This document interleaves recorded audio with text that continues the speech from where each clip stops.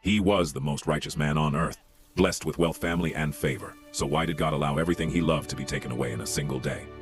This is the story of Job, a man whose faith was tested, not because he sinned, but because he was faithful. And what happened to him still raises one haunting question today. Why do the righteous suffer? Job had everything a man could want. 7 sons, 3 daughters, thousands of livestock, and more wealth than anyone in the East. But more than riches, Job feared God and turned away from evil. Every morning, Job rose early to offer sacrifices for his children, just in case they had sinned in their hearts. He wasn't just wealthy, he was devoted.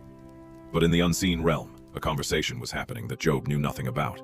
Satan stood before God and challenged him. Does Job fear you for nothing?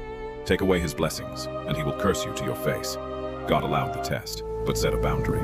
Satan could touch everything Job had, but not Job himself. What followed would shake one man's world to its core.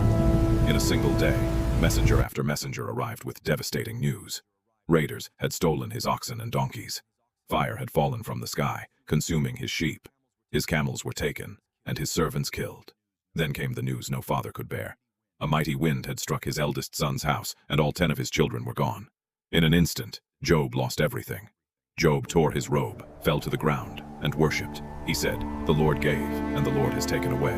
Blessed be the name of the Lord." Still, his suffering wasn't over. Painful sores covered his body. His own wife told him to curse God and die.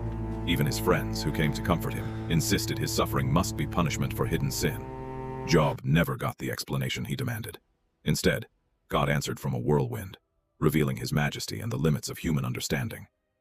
"Where were you when I laid the foundations of the earth?" In the end, Job's faith was restored, and so was his life. Blessed with more than he had before. His suffering had a purpose he could never see, but God did.